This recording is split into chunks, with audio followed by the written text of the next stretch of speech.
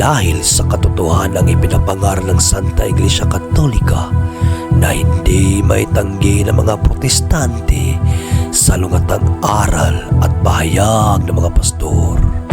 Ilalatad, lalatad, lalatad, lalatad.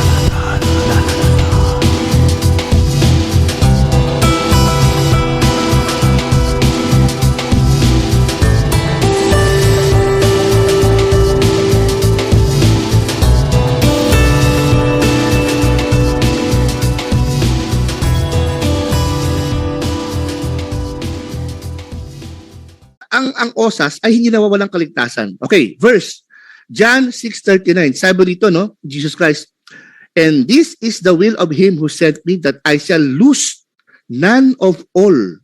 Walang mawawala. "I will raise them at the last day." Oh.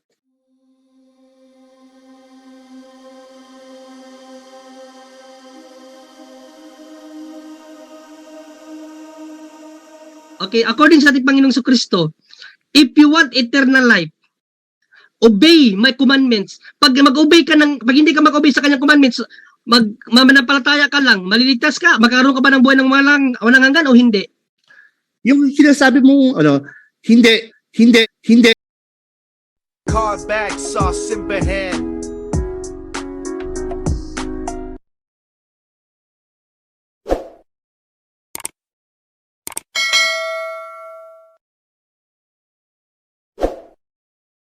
Yun, simulan na natin ang ating talakayan. Bibigyan ko ng 10 minuto sa unang pagpapahayag. Brother Pastor Wimpitan ng Born Again. 10 minutes, bro. Your time start now. Okay, magandang gabi uli. Magandang topic, no? One same is always same. Kasi ito yung topic na medyo hindi napapag-usapan sa tingin ko at napapanahon na dahil kahit sa simbahan namin, no? Hindi to gano'n tututuro kasi medyo delicate tong subject na ito. Pero ano bang ibig sabihin ng one save is always save? Ito sabi sa Biblia, no? Ang one save is always save ay koneksyon sa grasya o grace ng Diyos. Ano ba ibig sabihin ng grace ng Diyos? Ibig sabihin, nung nagkasala si Eva at Adan, hindi dapat sila bigyan ng kaligtasan, pagmamahal, pag-ibig ng Diyos o anumang bagay. Dahil ay Diyos eh. Hindi na dapat eh. Pero dahil ang Diyos ay pag-ibig, mapagmahal, binigyan ng pagkakataon na mapapatawad ng magligtas. Kaya kung mababasa mo sa Genesis chapter 3, no, verse 21, no, mismo ang Diyos ang nag-initiate sa kay Adam and Eve na humingi ng kapatawaran sa kanya. Ang sabi ng Diyos, nandito kapatawaran, tatanggapin niyo ba? Tinanggap ni Eva at Adan. Kaya ang ginawa ng Diyos, yung galit niya sa parusa, dahil ang batas ng Diyos, pag nagkasala ka ng isang beses lang, automatic impyerno eh. Romans 6:23. E nung nagkasala si Eva at Adan, lumapit ang Diyos kay Eva at Adan, lumapit sila Eva at Adan, humingi ng kapatawaran, kasi alam nila mapapatawad sila, pinatawad ng Diyos. Yung galit ng Diyos, ipinuhusaan sa tupa. Kaya mababasa mo sa Genesis 3:21, no? Yung tupa, pinatay ng Diyos, yung galit niya kaparusa, doon binuhos, hindi kanino? Kay Eva at Adan. Kaya si Eva at Adan, bumalik uli yung kaligtasan nila. At ang maganda roon, simula noon, hanggang namatay si Eva at Adan, marami silang kasalanan, di ba? Ba't hindi na walang kaligtasan? Kaya ang ibig sabihin ng grace. Hindi natin deserve na maligtas, hindi natin deserve patawarin, hindi natin deserve para makasama Diyos dahil sa pag-ibig niya, dahil sa mercy niya. Binigyan tayo ng pagkakataon na maniwala sa kanyang anak. At pag naniwala sa kanya, secure ang salvation natin. Ang grace ng Diyos ay hindi nababayaran. Hindi ito nagagawa sa mga sakripisyo mo. Ang salvation ng Diyos ay hindi mo pwedeng pagtrabahuhan o para makuha mo. It is not based on performance and how much achievement. Hindi sa laki ng ginawa mo para sa Diyos, para iligtas kanya, para bigyan kanya ng biyaya. Hindi. Mismo binigay ng Diyos yung libre, wala kang ginawa. Wala kang partisipasyon. Wala kang obligasyon. Walang kondisyon ng Diyos. Ito, bago kita bigyan, si Adam and Eve, binigyan kayo ng buhay, di ba? Bago kayo, ipagpatuloy ang buhay na walang hanggan nyo. Kailangan gumawa kayo ng mabuti, kailangan magsakripisyo kayo sa akin, kung hindi, aalisin ko kaligtasan nyo. Walang ganun. Kaya nga gift eh. Pag naranasan mo bigyan ka ng gift sa December, pag binigyan ka ng gift, wala kang ginawa. Wala ka lamang binigay na pera sa kanya, ibigay lang sa'yo. Out of what? Sa goodness ng Diyos. Kaya ang grace ng Diyos, ang biyaya ng Diyos ay hindi nababayaran sa mga mabubuting gawa. Kahit 1,000,000 panggawa mo yan, at hindi mo tinanggap ang kaligtasan, kapatawaran ni Jesus, ay hindi ka maliligtas. Ano sabi sa Osas? Ang Osas, nung namatay si Jesus sa krus ng Kalbaryo, binayaran niya lahat, yung past sin mo, present sin, and future sin. So, ibig sabihin, kaya nga sabi sa Hebrews, wala rin siyang dapat bayaran kasi binayaran niya lahat. Kung baga sa bangko, halimbawa, may anak ko, ito, 10 milyon para sa anak ko. Pati lahat expenses niya, pag-aaral niya, hanggang mag-asawa, lahat bayad na. Ganon din yun. Si Jesus, binayaran niya yun. Yung past sin mo, present sin mo, and future sins mo. Kaya ligtas ka na secure. Alam mo, sa future, nagkasala ka, bayad na. Kaya ang osas, hindi nawawala alin ang kaligtasan. May nagsabi na, may nagsabi na tatakbo daw sila. Kahit tumakbo ka hindi mawawala kaligtasan Ba't ikaw mariligtas sa sarili mo o ang Diyos? Kaya yung covenant ng cross, sa krus ng Kalbaryo, yung Last Supper, sabi ni Jesus, natakot ng mga tao He who eat my blood, drink my blood, and eat my flesh, shall not inherit the kingdom of God. Natakot yung mga Hudyo. Hindi literal yun Ang ibig sabihin ni Jesus doon, maniwala ka sa dugo ko, simbolo ng cup. Maniwala ka sa sakripisyo ko, simbolo ng ng kamatayan niya, yung katawan niya. Doon ka maniwala na sa kaligtasan ko, sa kamatayan, kabayaran ko, doon ka maliligtas. Yun ang ibig sabihin ni Jesus. Kaya ang osas ay hindi nawawalang kaligtasan. Okay, verse John 6:39. Sabi dito, Jesus Christ, and this is the will of him who sent me, that I shall lose none of all. Walang mawawala. I will raise them at the last day. John 10:28, I gave them eternal life. They shall never perish. Hindi sila, perish? Hindi na pupunta sa impyerno. Hindi sila mamamatay sa impyerno. Mabubuhay sila. Yung physical na perish, ibig sabihin, pag namatay ka, yung lumang katawan mo, patay, pero bibigyan ng bagong katawan. Pero yung kaluluwa mo nasa langit. Kita mo na. Sabi rito, ang kaligtasan ng Diyos ay tapat. If we are faithless, pag wala na tayong paniniwala, He remains faithful. Patuloy siyang faithful sa'yo. Kung ang Diyos ay faithful sa kaligtasan mo at ikaw ay hindi na faithful, siya ay faithful pa rin. Paano hindi ka maliligtas? Lahat ng kumakanta ng the steadfast love of the Lord never ceases, Tapos nawawalang kaligtasan, paano maging steadfast ang love nun? Paano nawawala His love never ceases, di ba? Hindi lang ang kaligtasan ng Diyos ay tapat, pati pag-ibig niya. Di ba? Kaya nga ang Diyos, pag hindi ka sumusunod sa kalooban niya, dahil tapat siya, papaluin ka niya. Pero hindi nawawala kaligtasan mo. At sabi rito, 2 Timothy 2:13, if we are faithless, He remains faithful, for He cannot disown Himself. Paano mawala kaligtasan? Wala ka ng faith, backslider ka na, lumayo ka na, tapat pa rin siya sa'yo. Parang isang manliligaw, ayaw na mabae sa kanya, tapat pa rin niya, hinahabol pa rin niya. Ganun ang Diyos. Paano mawala kaligtasan mo?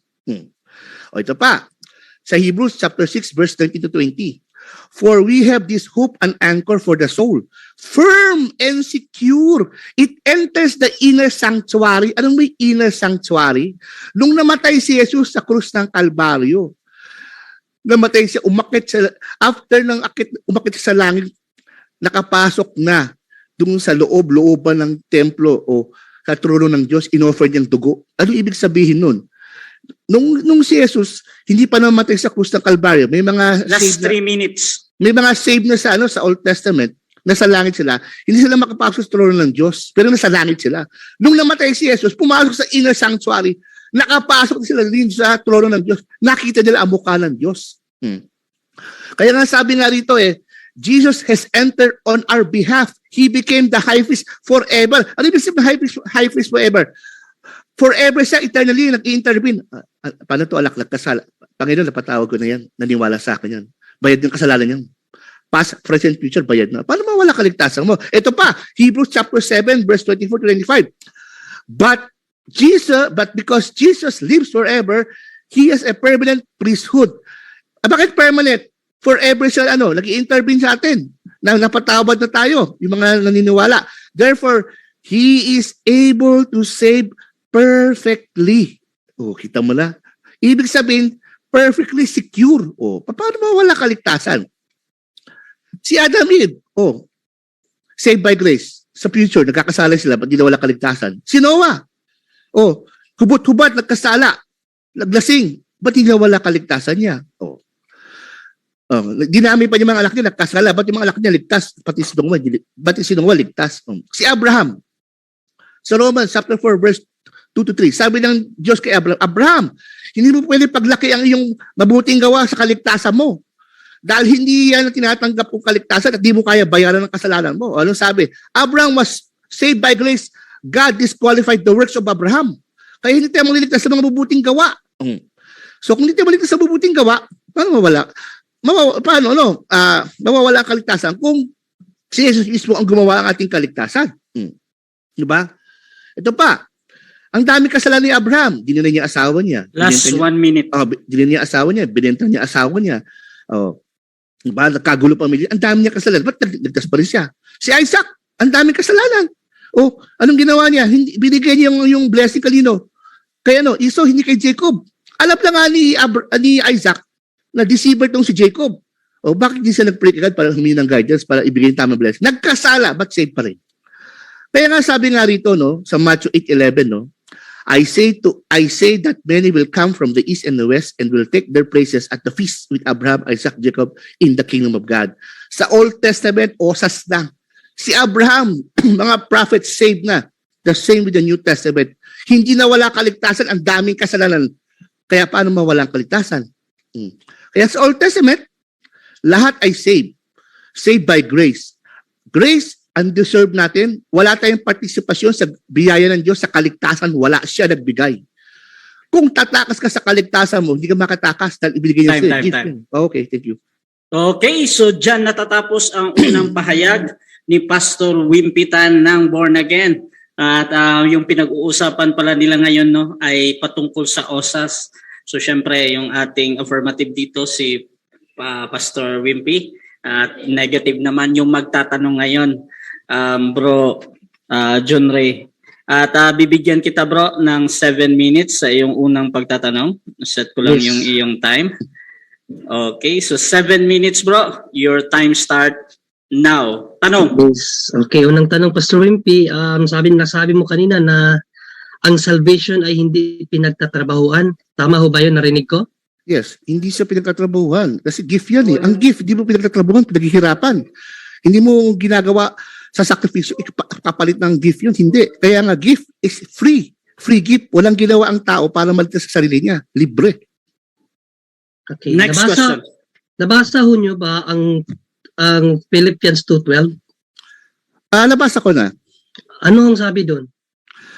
Ikaw magbasa kasi nag-uutos ka. Ang maganda ikaw na lang. Kasi mas maganda ikaw magbasa kasi hindi ko nakahawak yung Bible. Okay, work out your salvation po, Pastor Wimpy. Ano ho bang pagkaintindi sa work out your salvation? Pinapatrabaho ba yung kaligtasan o hindi?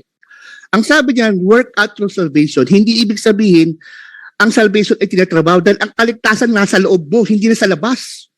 Ang kaligtasan nasa loob, within, hindi nasa labas. Ang workout na sinasabi niya, yung salvation, ibig sabihin, after naligtas ka, pag-alalan mo pa mabuti ang iyong kaligtasan, na hindi ka malinlang sa mga deception ng false teaching. Halimbawa, Next question. Okay. Next question. Dahil ipinapalabas mo, ibig ba sabihin nun hindi mo tinatrabaho o tatrabahuin mo pa rin? Paano ko itatrabaho ang kaligtasan ko nga? Naniwala lang ako eh. Ang naniwala ba, trabaho ba yan? Ang naniwala ba, pinagbayaran ko ba? Ang naniwala ba, pinaghirapan ko? Ang context ng Biblia, na maniwala ka, hindi work. Yan ay by faith, hindi works. Kung magsabi ni Pablo, kung mababayad ka sa works mo, you're under the law. Next question. Mamamatay ka sa kasalanan mo.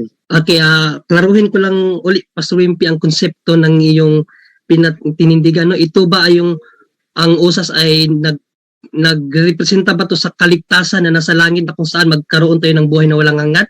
Oo, hindi. Oo, ang osas ay hindi lang representation. Literal lang sinabi sa Biblia, maniwala ka ang kaligtasan mo na ay hindi mawawala. Kung mawawala ang kaligtasan mo, Brad, di araw-araw hindi kaligtas. Kung sabi sa Romans 6:23, isang kasalanan mo pa lang, condemn ka na sa hell. Ilang kasalanan nagagawa mo sa isang taon? Di araw-araw pala, o medyo-medyo, hindi ka naliligtas. Di sa isang kasalanan mo, impyerno ka na. Next question. Okay. Dahil ito ay oo ang sagot mo doon sa kaligtasan, ibig mo bang sabihin, ito ay na-reveal na sa'yo sa panahon kasalukuyan, Pastor Wimpy? Kaya nga tayo may Bible, Brad. Hindi ko malalaman ng kaligtasan kung walang Mr. Moderator, Time stop, time stop. yes, Okay. objection So mo ng objection tanong. yan. Okay. Kaya ang tanong ko po ay categorical kung ito ba ay na-revealed na sa kanya sa panahon kasalukuyan o hindi. Na-revealed na ba? Oo o Wait hindi. lang, Pastor Wimpy. Sa panahon kasalukuyan. Yes, so ina-analyze ko yung objection niya. Yung objection ng ating negative, humihingi siya ng categorical. Ano ngayon, bro? Ano nga yung categorical mo? Yung salvation na sinasabi niya na buhay na walang hanggan na natanggap na daw niya, na-revealed na ba sa kanya ito sa panahon kasalukuyan? Na-revealed mo na ba daw, Pastor Wimpy? Na-revealed na Yes ba sa or no? kanya? Na-revealed na ba sa kanya? Kasi siyempre na-reveal na sa akin eh. Okay. Secure na ang kaligtasan ko. Kung hindi na-reveal yan, may agam-agam ako. Pag namatay ako, hindi uligtas. Sabi sa Bible, 1 John 5:13, that they may know that they have merong eternal life. Na-reveal na. Kung hindi na-reveal yan, may agam-agam ka. Pag namatay ka, saan ka pupunta? O kaya ang assurance Next question. Next question. Dahil na-revealed na sa iyo, Pastor Wimpy, ibig mo baga sabihin, sigurado ka nang aakyat ka sa langit. Siyempre, sinabi ni Jesus Christ, di ba? John 10:28, they shall not perish, I gave them eternal life. Okay, dahil sinabi mong sigurado ka nang aakyat sa langit, ang pagsabi mo ba nito galing sa iyong puso or baka naman propaganda lang para makaakay ng tao? Unang-una, hindi mo alam ang puso ko. Pangalawa, hindi mo ko kilala. Objection, Mr. Moderator. Time stop, time stop. Time Ang stop. simple lang naman po ang tanong ko, ang pagsabi mo ba, Pastor Wimpy, na ikaw ay aakyat na sa langit, ay galing ba sa iyong, katanungan to, galing ba sa iyong puso? O baka naman propaganda lang para makaatay ka ng tao, galing ba sa iyong puso Okay. ang pagsabi na ikaw ay aakyat sa langit? Okay, so Oo, may categorical ito, Pastor Yes, yes. Wimpy, galing Yes, yes. ba daw sa puso or propaganda? So, sasagot ka na sa categorical, bro, Yes, yes. or magka-counter object muna ka? Hindi, wala akong counter. Sagot ako. Okay, so proceed ka, bro. Oo. Okay. Kung ito propaganda lang, ba't pa ako maniniwala? Objection lagi, Mr. Moderator. Gusto ko Time's marinig up, yung time's word up, na galing ba talaga sa iyong puso? Sumagot Galing ba ka. sa iyong puso? Oo, okay. Sorry, hindi ko kasi narinig. Okay. Sige, sige, Pastor Wimpy. Sige, sagot. Proceed ka, bro. 20 seconds sa paliwanag, bro. Oo. Kung propaganda lang ito, hindi na ako kailangan mag-preach. Para anong pamaniwala ko? Yung mga apostles, ba't pa naman binigay ang buhay nila para kay Jesus? Para ano? Iniwan pamilya para kay Jesus? Para ano? Kung hindi totoo ito. Oh. Kung baliw si Jesus, walang maniniwala sa kanya. Nabuhay siya eh. More than 500 witnesses. Ako hindi ko nakita, pero yung Biblia nagpapatuloy maraming witnesses eh. Hindi ba dapat niniwala? Sa korte, merong 500 witnesses. Next question. Okay. Ito ang sunod ko na question, Pastor Wimpy. Nabasa mo ba sa Biblia, Pastor Wimpy? Nabasa mo na ba na pinagbawalan tayong magsabi sa ating puso kung sino ang aakyat sa langit? Nabasa mo na ba ito o hindi pa? Hindi ko maalala pero bigay mo yung talata para malaman ko. Hindi. Ang tanong ko pa sa Mr. Moderator, objection. Ang tanong ko kung nabasa na ba Time niya? stop, time stop. Time Counter stop, jet. ah. So, merong objection dito. At ang tanong mo, bro, gusto mo siyang pasagutin kung nabasa ba niya? Yes, So, kung nabasa na ba niya na pinagbawalan tayo sa salita ng Diyos na magsabi sa ating puso kung sino ang aakyat sa langit. Okay, so Pastor Wimpy, any counter objection doon muna, bro? Counter, una kasi hindi ko alam talata. So paano magko-comment doon? Pangalawa, bigyan yung talata. Pangatlo, wala akong nababasa. Pero bigyan yung talata para ma-discuss natin, di ba? Yun lang. Okay. So, So, malinaw na po, wala pa siyang nabasa. So, Pastor Wimpy, bali mag-next question tayo, bro. Tinatanggi mong sagutin Okay, bro. yung tanong niya. Hindi ko Okay, pa okay na yun, bro. Hindi Nasabi ko alam naman eh. niya na hindi pa niya nabasa. Wait lang, bro, John Ray. Okay. Pastor Kasi- Wimpy, tama? Kasi hindi ko nga alam yung talata eh. Kaya hindi ko makakomment. Okay. So, I think yun na yung sagot niya. Mamaya na lang siguro sa presentation mo, bro. So, tuloy tayo, bro. Time resume, bro. Okay, salamat. According to you, yung buhay na walang hanggan ay natanggap mo na, Pastor Wimpy. Tama? Yes. Okay. Ayon mo sa ating Panginoong Jesucristo, kailan niya ibibigay ang buhay na walang hanggan? Sa panahong kasalukuyan o sa panahong darating? Ngayon, pag maniwala ka, 1 John 5:13, whoever believes the Son of God, that they may know that they have progressed eternal life. Ang kaligtasan, Brad, dito sa lupa binibigay, hindi sa kabilang buhay. Yung mga apostles na ligtas, present times ni Jesus Christ. Kaya ang kaligtasan, bro, binibigay dito sa atin, mga Next lahat question. na maniniwala. Next yung bang question. sa 1 John 5:13, 13 ba yung pagkasabi mo? 39. Yan ba ay assurance na yung buhay na yan na yung buhay na walang hanggan na nasa langit o hindi? Kaya nga may eternal life, langit yan, Brad. Ang eternal life, hindi ba langit? Ang eternal life, physical life ba? Kaya ang eternal physical, eternal spiritual, that they may know that they have believed, that they may know that have eternal life. Meron sila eternal life agad sa lupa, binigay na. Kaya pagdating sa judgment day, ang judgment nila, hindi sila maliligtas o hindi, kundi ligtas na. Next question. Okay, sinabi ba dyan ng Panginoong Jesucristo na ibibigay niya ora mismo sa pagpapaniwala mo, paniniwala mo sa kanya, sinabi ba niya dyan na ibibigay niya ora mismo ang buhay na walang hanggan o hindi? Yes, Ibibigay ba niya? Yes, kaya nga sinabi niya that they may have, present tense, that they may have. Sa oras na to, sa araw na to, may buhay walang hanggan ka na. Okay. So kung makabasa tayo ng talata na ang Panginoong Jesucristo, Just sinabi 1 minute. niya na ang buhay na walang hanggan ay ibibigay sa panahong darating at hindi sa kasalukuyan. Pwede bang kontrahin ng Panginoong Jesucristo ang kanyang salita o hindi? Siyempre hindi, labas mo ng talata para malaman natin. Okay, sige, basahin ko muna. Ilang minuto? Next Mr. question. President? Last 40 seconds. Okay, then pinapabasa mo, ito ang sinabi niya sa Luke 18, 29 to 30, no? Diritsok na lang sa 30, ay tatanggap sa panahong ito ang mas marami pa kaysa mga iniwan niya at tatanggap din ng buhay na walang hanggan sa darating na panahon. Kanino kami maniniwala sa iyo na nagsabing natanggap na ang buhay na walang hanggan o ang Panginoong Jesucristo sinabi niya na ang buhay na walang hanggan ibibigay niya sa darating pa na panahon? Sasagutin ko ba ba? Yes, go. Siyempre, tanong yan. Sagutin ko. Mali ang interpretation mo. Ang context yan, sinasabi ni Jesus, ang bawat tumanggap ay binibigyan ng buhay na walang hanggan. Sa ibang generasyon, ang bawat tumanggap, binibigyan ng buhay na walang hanggan. Ano ba sa next generation ko? Time. Yun. Okay. Okay, so dyan natatapos ang unang pagtatanong ng ating negative. At diretso-diretso na tayo. Merong 10 minutes ito para naman sa negative stand. Brother John Ree ng Catholic. 10 minutes bro, bilang negatibo sa topic ngayon na OSAS. Your time start now. Salamat Mr. Moderator. Salamat din Pastor Wimpy sa pagsagot, no? At magandang gabi once again mga kapuntos. So bago ko po ilahad ang aking first negative constructive speech mga kapuntos, basahin muna natin, no, ang isa sa ibinigay na talat or sulat ni Apostol Juan sa kanyang unang sulat dito sa 1 John 5:9 para po madali po nating mapagtanto kung karapat-dapat ba o paniwalaan ang pamamahayag, no, ng ating butihing pastor na si Pastor Wimpy.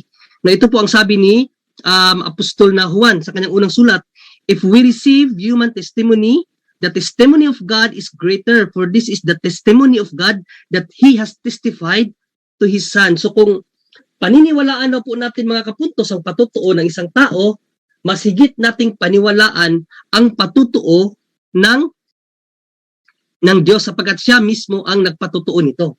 Ngayon, hindi ko na po masyadong itinanong yung kanyang mga pinagsasabi dahil wala pong connection doon sa kanyang dapat na tindigan, no, na once saved always saved. Kaya tinanong ko na lang siya ayon sa kanyang pahayag na yung salvation daw ay dito pa lang sa buhay na walang hanggan. No, sabi nga niya na i-reveal daw siya sa kanya sa panahon kasalukuyan. Pero malinaw po mga kapuntos, no?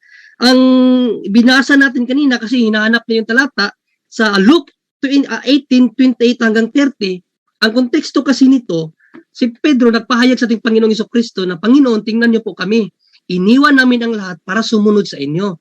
Ngayon, ang saging sagot po ng ating Panginoong Jesucristo, mga kapuntos, at uyo naman ano naman po si Pastor Wimpy, no? Sabi niya na sang-ayon siya na hindi pwedeng mag-disagree si Panginoong Jesucristo sa kanyang unang sinabi.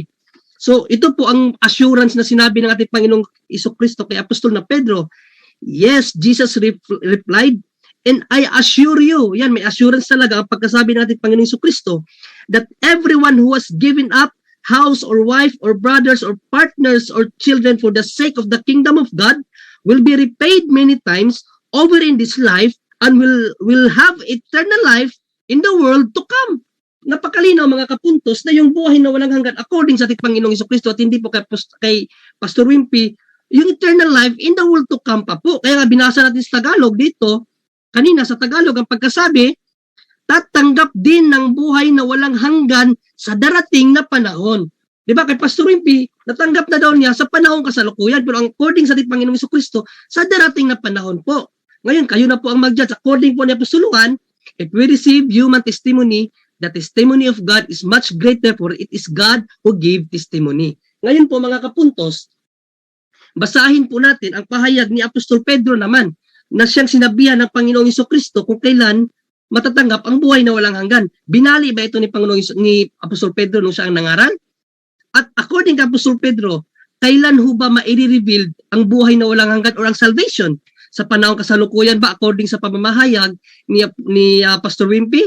O basahin ho natin sa 1 Peter 3-5 mga kapatid, ito po ang sabi ni Apostol Pedro. Gamit po natin ay ang NIV Bible, no? Paborito po ito na Biblia ni Pastor Wimpy. Praise be to the God and Father of our Lord Jesus Christ. In His great mercy, He has given us new birth into a living hope through the resurrection of Jesus Christ from the dead, and into an inheritance that can never perish, spoil, or fade, kept in heaven for you. So yung inheritance po, yun po yung mamanahin natin na buhay na walang hanggan, na according po kay Apostol Pedro, kept in heaven. In King James Version mga kapuntos, dito, ang sabi po sa King James, reserved in heaven. So yung buhay na walang hanggan, nakareserba pa po yun.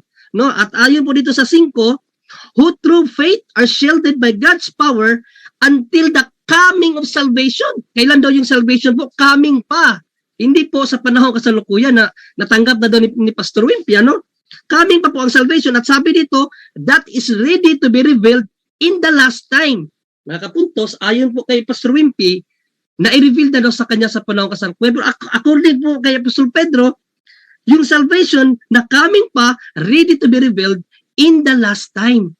Ngayon mga kapuntos, again, according po ni St. John, if we believe human testimony, the testimony of God is greater, for it is God who gave testimony. No? At tinanong ko po siya kaganina nga, dahil ba sa inakala mo, Pastor Wimpy, na natanggap mo na yung kaligtasan, masasabi mo ba sa iyong sarili na ikaw ay aakyat sa langit?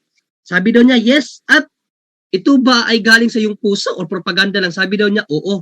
No, pero nung tinanong natin siya, nabasa mo na ba na ang salita ng Diyos ay pinagbawalan tayo na magsabi sa ating puso kung sino ang aakyat sa langit? Yun pala, hindi daw niya nabasa. So, we hope no na this very moment, bigay natin yung talata kay Pastor Wimpy na yan talaga ay pinagbabawal, Pastor Wimpy, sa salita ng Diyos na magsabi sa iyong puso kung sino ang aakyat sa langit. Yan ay mababasa natin sa Romans 10 verse 6. Ito po ang sabi ng Apostol Pablo. But the righteousness that is by faith says, do not say in your heart, who will ascend into heaven? That is to bring Christ down. Kita niyo mga kapatid? Napakalinaw po ang pahayag ni Apostol Pablo. Huwag mong sabihin sa iyong puso kung sino ang aakyat sa langit. Yan po ang pahayag ng ating butihing apostol. At dahil daw binababa mo ang Kristo kapag nagsasabi ka ng ganyan. Yan po ang pahayag ng ating apostol na Pablo. Bakit po kaya sinabi ng apostol Pablo na ibinababa mo ang Kristo kapag nagsasabi ka sa iyong puso na ikaw ay aakyat sa langit? Dahil sa 8:34 ng Romans, sa magandang balita, Biblia, ito po ang sabi ni Apostol Pablo, sino ang hahatol upang sila'y parusahan? Si Kristo Jesus na ba na namatay, ngunit higit sa lahat muling binuhay at ngayon ay nasa kanan ng Diyos. So ayon po kay Apostol Pablo, mga kapuntos, ang hahatol ay ang Kristo. Kaya nga wag mong sabihin na ikaw ay aakyat sa langit kasi hindi ka pa nahatulan. No, Pastor Wimpy, at ang hatol po ay magaganap po yan after death. No, sabi ho dito sa Romans 9:27, itinakda sa mga tao na minsan lamang mamatay at pagkatapos ay ang paghuhukom. So under pa po tayo, kailangan pa po tayo dumanas ng temporal death bago pa po ang hukom. Kaso, buhay na buhay pa po tayo, Pastor Wimpy, para magbigay ng Last 3 minutes. Salamat, Mr. Moderator, sa ating mga sarili. No, kaya nga, ayon po kay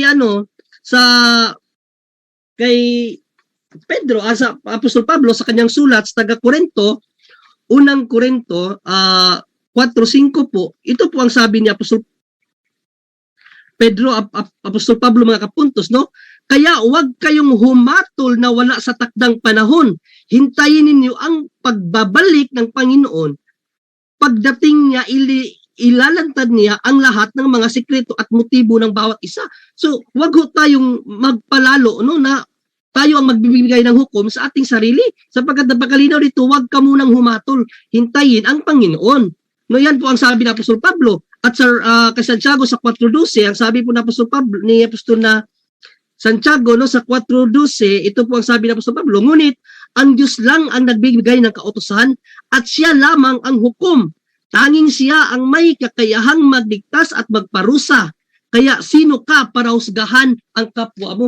Malinaw mga kapuntos na yung pagsasabi mo sa iyong sarili na ligtas ka na, natanggap mo na yung buhay na walang hanggan, aakyat ka sa langit, yan po ay kapalaluan. No? Yan po ay unawa mo lang at hindi yan naayon sa salita ng Diyos. Sapagkat according po kay San Pablo, huwag kang humatol, hintayin mo ang Panginoon. Kaya po yung once saved, always saved na ipinangaral ni Pastor Wimpy ngayon mga kapuntos ay iba po sa once saved na always saved ka kung nasa langit ka na hindi po dito sa lupa. No? Yan po ang maling konsepto ng once saved, always saved. At sabi nga po niya kaganina, ang salvation daw ay hindi pinagtatrabahoan. Pero malinaw po nung binasa natin, Philippians 2:12, ang sabi po na Apostol Pablo, work out your salvation. Kailangan yung salvation mo, ipakita mo. Paano mo ba ipapakita? Alangan naman, tuwanga ka lang. Di ba? Kailangan mo siyang pagtrabahuan. So work out your salvation. Andyan, pagtatrabahuan mo. Mali yung pagkasabi niya na hindi pinagtatrabahuan. No? At yung pagkasabi niya kaganina mga kapuntos, mamaya siguro ipaliwanag natin sa second round na yung eternal life na ipinangako ng ating Panginoong Jesucristo, yun po mga kapuntos ay pagpapahayag pa lamang na kung sino man ang mananampalataya ay magkakaroon ito. Pero meron po yung kondisyon. 19:17 ng Mateo, according po sa ating Panginoong Jesucristo, if you want eternal life, obey my commandments. Yan po ang sinabi ng ating Panginoong Jesucristo. At ayon po dito sa isang salin ng Biblia, no? Itong Greek Interlinear English, ayon po dito sa Greek Interlinear English na Biblia mga kapunto sa John 3:36, if you believe in Jesus Christ, you will have eternal life. But if you disobey Christ, you will have no life. So, kailangan po ng kondisyon, kailangan mo sumunod after mo manampalataya. Hindi po yun, yung pagpapahayag ng ating Panginoong Kristo. Time. Salamat po, Mr. Moderator. Okay, at dyan natatapos ang unang pahayag bilang negatibo, Brother John Ray ng Catholic. At syempre, dako tayo sa 7 minutes na pagtatanong. First cross ito ni Pastor Wimpy Tan ng Born Again. 7 minutes bro, your time start now. Tanong! Nakamute ka bro, Pastor Wimpy. Yan muna natin. Ayan. Okay na ba? Okay bro. Okay, sabi mo sa 1 John 1:9, 5:9 nawawala ang kaligtasan, tama ba ako? Hindi po yun ang sinabi ko.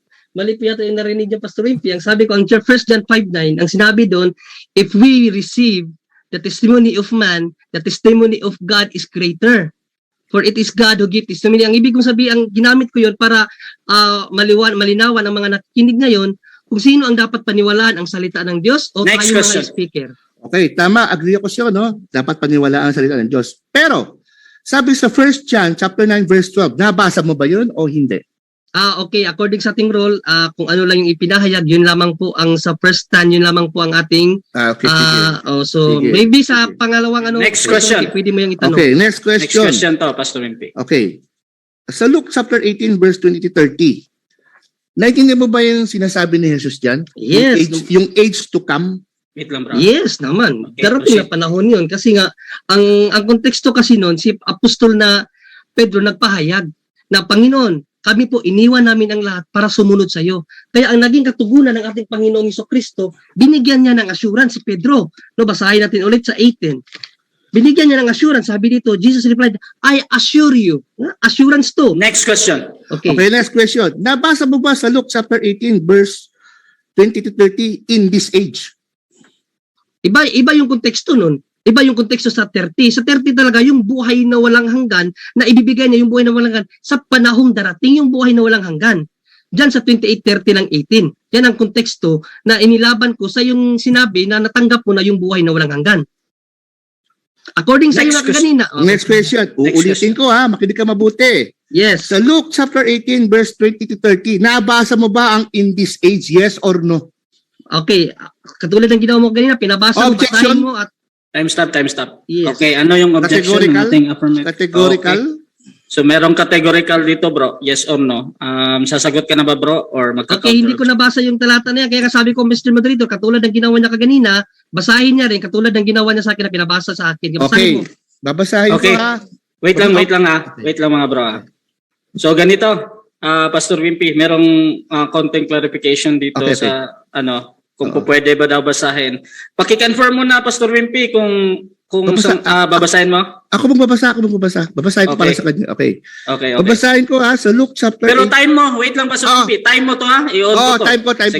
ko. Okay. Luke chapter 18 verse 20 to 30 ha. Babasahin ko. Anong talata? Pastor Wimpy? Binigay mo Luke chapter 18 verse 28 to 30. Babasahin Oh, ko ha. Okay. And Peter said to him, "We left all we have followed. I tell you the truth." Jesus said to them, "No one has left home or his wife, brothers, or parents, or children for the sake of this kingdom will receive many times much in this age." Oh, di ibig sabihin. Okay. Okay. You mean yung sa talata ko pa rin? Nagtanong mo, akala ko sa 23. Bro, Wait lang. Time stop na. Mr. Moderator, Okay, time. Time stop muna. Wait lang kayong dalawa ha. So, Pastor Wimpy, binasa mo yung talata, bro. Pero, bro, lagyan mo ng tanong, bro. Yun na nga. Magtatanong na nga ako. Ang kanina kasi, Mr. Moderator, So, objection muna. Sige, bro. Ang Negative, pagkasabi sige, niya kasi kaganina, nabasa ko ba yung 1823? Kaya pinabasa ko. Di ba sabi mo 1823 ng Luke? Hindi. 1830? Sabi ko, yung mismo sa'yo, yung 8. Yes, Okay, meron okay. yung ibibigay na dyan. Okay, yung wait lang mga bro. O, Wait lang mga bro. Huwag kayong mag-usap, bro. Ganito. Sorry. Huwag kayong mag-usap, ha. Okay. So, balik tayo sa tanong at sagot. So, gusto kong si Pastor Wimpy gumawa ng tanong doon sa premise na binasa niya, kasi time mo yun, Pastor Wimpy. Ang gawin mo na lang talaga, bro, magtanong ka. Tapos ito namang si John Ray, sumagot doon sa tanong. So, Pastor Wimpy, magtanong ka, bro. Okay, doon sa Luke chapter, kaninang binigay mo, sa Luke chapter 18, verse 28 to 30. Okay. Nabasa ko in this age. Kung nabasa ko in this age, tungkol to sa buhay na walang hanggan, so pwede pala magkaroon ng kaligtasan. Magtanong po, hindi magpahayag. Excuse me, ask. Wait lang, Objection, moderator. Time stop muna. Sige. Wag mo nang sasapaw kasi Yes. Okay. Okay. So, bro, John Ray, buuin mo muna yung tanong niya. I think nagtatanong siya. Okay, Pastor Moderator. Sige. Pastor Wimpy, tuloy, bro. Okay, kung nabasa ko ngayon dito sa Luke na sinasabi mo, Luke 18, 20 to 30, in this age, tungkol sa kaligtasan, eternal life. So, ibig pala sabihin, sabi ni Pedro mismo, pwede magkaroon ng buhay na walang hanggan sa panahon nila, sa present time na yan, hindi lang sa next age. Yes or no? Hindi po, mali po yung unawa kasi ang pagkasabi dyan will be repaid many times over in this life. Yung dito sa mundo, babayaran yung pagsunod nila sa Panginoong Jesucristo. Pero ang pangakong buhay na walang hanggan, yun po sa in the world to come pa po sa darating na panahon. Pero yung bayad dito sa lupa, yun po yung basta Tagalog. Next dito, question. Uulitin ko yung tanong. Sinabi mo, in the age to come, tama. Bago dumating in the age to come, sinabi doon, in this age, you shall have eternal life. Tanong, kung sinabi ni Pedro, sa oras, sa panahon nila, maniwala kay Jesus, pwede magkaroon ng buhay na walang hanggan. So, maniwala ko, pwede magkaroon ng walang hanggan. Magkakaroon ba ng walang hanggan? Ayon sa talata nito, yes or no? Hindi po kasi ganoon ang pagkasabi na in this age Objection? will have eternal. Hindi po ganoon ang pagkasabi doon. Time stop muna. Merong objection sa affirmative. Ano, bro? Categorical yun. Yes or no? Yes or no? Hindi po sabi muna kasi sasagot niya ng Mr. ng yes or no, Mr. Moderator, kasi mali po ang binigay niya Okay. na So, konteksto. bro, wait lang, bro, ha? So, since hindi mo ito sasagutin, bro, mag-next question tayo agad. Walang Okay. paliwanag to. Kasi categorical to eh. So, Pastor Wimpy, Okay, pasok, bro. Okay, next question. Uulitin ko ha. Last question ko dito sa'yo. Tapos tatanong sa ibang question. Naniniwala ka ba na nasa Luke chapter 18 verse 20 to 30 nandoon lang in this age? Yes or no? Yes, nandun ang in this age. Pero yung in this age, hindi po doon yung buhay na walang hanggan. Dahil ang buhay na walang hanggan, in the new and the world to come pa nga. Sa darating na panahon pa. Hindi po sa new age. Yung sa sa in this age, yun yung repay sa pagsunod mo sa Panginoong Kristo. Yun po ang konteksto noon. Okay, next question. Next question. Next question. Yung panahon natin, in this age or next to come? Yes or no? Yung panahon natin, yun yung panahon kasalukuyan. Pero wala pa dyan ang buhay na walang hanggan. Kasi nga, malinaw po ang sabi ng Panginoong Kristo na yung buhay na walang hanggan ibibigay in the world to come pa, sa darating na panahon pa. At kaya, sa kay Pedro, sa pangangaral ni Apostol Pedro, malinaw po ang kanyang pangangaral, salvation is coming. Coming pa yung salvation. Sa Pedro ang sinabihan doon, sabi ni San Pedro, the salvation is coming. Next It will question. be revealed in the last Next time. question. Sabi sa talata, in this age. So kung in this age, sa panahon ko, naniwala ko kay Jesus, may buhay akong walang hanggan? Yes or no? Hindi. Kasi yung pagkasabing in this age, yung in this age, yun pong ibibigay na ibabayad sa iyo ng Panginoon sa pagsunod sa Kanya. Then, in the age to come, yung the new world to come, yun po, doon po ang buhay na walang hanggan. Pastor Wimpy, hindi po yung sa age na to, hindi doon ibibigay ang buhay. Sa age na to, meron repay. Sabi nga dito, repay many times. But in the world Next to come, question. eternal life. Okay, next question. Dun sa Romans chapter 10, verse 6. Yes. Naintindihan mo ba ano ba ang konteksto sa susunod ng mga talata na sinasabi ni Pablo dito? Okay, Naintindihan mo ang ba, yes kinote or ko lang no? po ang 10.6 kasi according to you, hindi ko na po i-contextualize, no? Kasi according kasi sa iyo, aakyat ka na sa langit, galing sa iyong puso. Pero dito, malinaw po sa Romans 10.6 na do not say in your heart. Kasi ikaw, nagsabi ka sa iyong heart, sabi mo from your heart, aakyat ka talaga ng langit. Pero sabi dito, do not say in your heart that who will ascend into heaven. Next That question. is to bring Christ down. Last 50 seconds. Okay, naintindihan mo ba yung konteksto ng Romans chapter 10, verse 6? Yes or no? Yes naman. Wala nga naman hindi ko kung Romans 10.6 lang. Dahil yan, alam mo kasi Pastor Wimpy, yung Romans 10.6, hinango yan sa Isaiah 14:13-14, ang nagsabi po kasi niyan si Satan. No, na from his heart, he will ascend into heaven. Kaya ipinagbawal yan ng Diyos na magsabi ka rin ng ganyan kasi kay Satan po yan na pananalita. Isaiah 14:13-14. Next question. Seconds na lang ba, Brother Rasya? Seconds na lang? 20 seconds. Wala na, hindi na abot. Hindi na abot. Okay, so dyan natatapos ang first stage ng ating debate. First cross at first stand. Ayan. At shoutout muna sa lahat ng nasa live sa Debaters Convention, sa Punto por Punto, at sa ano pa yung nag-streaming ngayon dito sa loob ng ating Zoom, no? At yung topic pala na pinag-uusapan natin ay yung ating OSAS o Once Save, Always Save. Siyempre, yung ating affirmative, si Pastor Wimpy Tan. At negative naman si Bro John Ray ng Catholic. At Bro Wimpy, 10 minutes para sa yung rebuttal, bro. Your time start now, bro. Okay, okay, wait Okay, alam mo, halatang-halatang hindi mo naintindihan yung sinasabi mo eh. Hindi ka na, hindi mo alam yung topic na pinag-uusapan natin, OSAS, pero hindi mo mapaliwanag. So, kitang-kita na hindi mo talaga naiintindihan ano ang konteksto. Tinatanong kita anong konteksto, hindi mo maintindihan. Unang-una, kasi nga, hindi ka pumasok sa premise ko, pero okay na rin yun, para magandang talakayan, hindi ka pumasok eh. Pero itong mga talata mo, iisa-isahin kong puputulin to na papatunayan ko na sa Biblia na ito ay OSAS, okay? Okay. Punta tayo sa una, sa 1 John, tama ba? Yung sabi mo, testimony, di ba? Okay. Lalagay ko rito, wait. Agree ako sa iyo na mas kahit naman ako tinuturo ko mas paniwalaan yung Biblia, hindi ako yung Biblia, hindi ako. 1 John 5:9, ikaw may nagsabi na assured mo, mas paniwala natin ang Biblia. Tama! Pinutol mo talata, maganda talata. Verse 10, whoever believes in the Son of God accepts this testimony. Whoever does not believe has made him out to be a liar because they have not believed the testimony God has given to His Son. Ano ibig sabihin?